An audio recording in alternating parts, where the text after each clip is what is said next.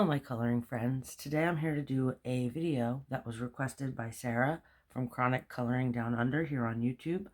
I had finished my September monthly pages, and in that video I showed a page from Witch Apothecary, which I will put on the screen now, hopefully.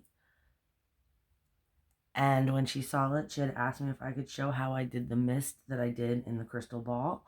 So I'm going to go ahead and do that. It's a nice, easy trick for you to use to do clouds or mist or anything like that. So I'm going to pull out Spooky Creepers by Veronica Durney. And we're going to go ahead and get started. I've already colored some pages in here.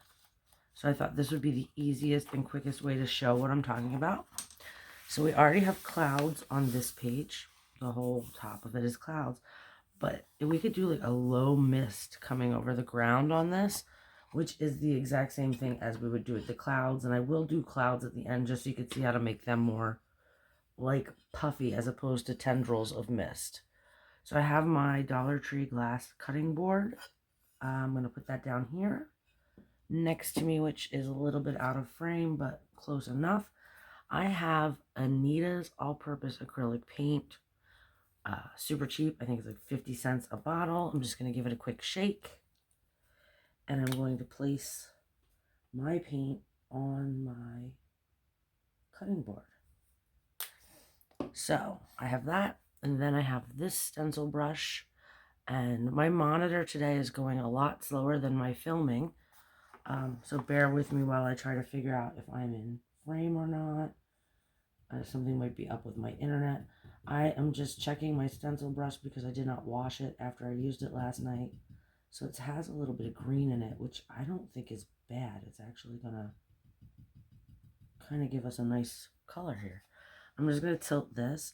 So I'm thinking we'll do it all along here and not like they'll overlap, but they won't meet. So I also have some paper toweling in case I need that. And we're going to go ahead and get started. So I get a full load on my stencil brush. So as you can see, there's a lot of paint on there. And then I just tamp it off onto the side of where the paint is. And then I'm going to come in, I think we're going to go below the shovel. So it might wrap around this gravestone. And you can see it's like very thick right now. But it is going to become less and less thick as I smack it down onto the paper. And I am just holding my stencil brush in an upright position and coming across the page. Now, there's a very limited amount of time where if you think it's too thick, too pouncy, there's too much color, however you want to label this, you have a slight bit of time where you can take care of that. And that is where my paper towel comes in. So I'm just going to grab a little bit of it because I don't like to use it all. And then I'm just going to ball it up like this and just come in and tap it. And it takes some of the color away if you think there's too much. I personally don't. I like the thing to be almost obscured because it's not ever really, but just enough where like, what is going on? It's creepy. I just like it. So I'm loading my brush again to start our second one. And we're just going to come in along this dirt line and above this headstone. Right at the bottom of it, sorry. And same thing, you just tap it out. I kind of like try to make it move a little, like go up and down. So it comes across like in a wave.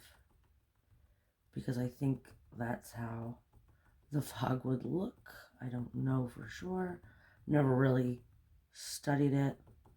But it is just like trial and error to get the size of the band of fog that you would like around your page. And this is the same thing I did on my page with the crystal ball. I just did it like two smaller or three smaller ones of these. So again, paper towel. And I'm just going to turn this one inside out so that I can reuse it. And then tap it if you just want to get rid of some. I personally do not want to get rid of any. I'm just showing you so you know.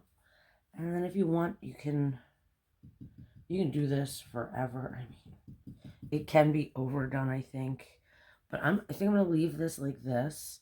And then I'm going to turn to the page that we can add some cloud to. I should have checked it. We're dry enough for me to turn the page. It is such a light layer that it really doesn't take much for it to be dry. It's not dry, but it's not going to do any damage. So on this page, I can get a cloud up in the sky here and possibly one just like showing the bottom of it over there. And depending on the size of your stencil brush, if you have some smaller ones, which I do, this is a set of 3. So I have the large one that I'm using. And I have 2, and I hope these are in focus because like I said, I can't, my monitor's not letting me do things. So these are the 2 smaller ones. You can use them to make a smaller cloud if you have a smaller image, and it'll work just as good. So load up your brush again, and this time when I come in, I'm just going to outline how big I want the cloud to be. So I want it to be about that big. I want it to just cross the moon. And then I come in and I will just make like circles basically sticking out at the bottom or the top, depending, to get that cloud shape to it. And that's really all that I do. But now we've got a cloud coming over the moon. And like I said, we'll try a tinier one, or we'll do the bottom of one, because I cut this picture off. It had no border. I just made my own. And then on this part, we will do, like I said, the bottom. So I'm just going to make a line, and that's as far out as I want to go at the bottom.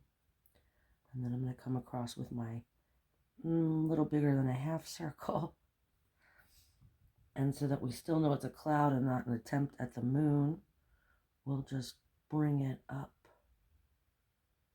like that and come across like that. There you go. And now it's definitely the bottom of a cloud that's been cut off of the picture. So that's how you make clouds. And there's our drying, so you can see you're really starting to be able to see through it. Our ground cover fog with acrylic paint, white acrylic paint, super, super easy. So Sarah, I hope this is what you're looking for. And if it helped anyone else, I'm very glad to be of help. I hope you enjoyed the video, friends. And until next time, have a very colorful day. Bye.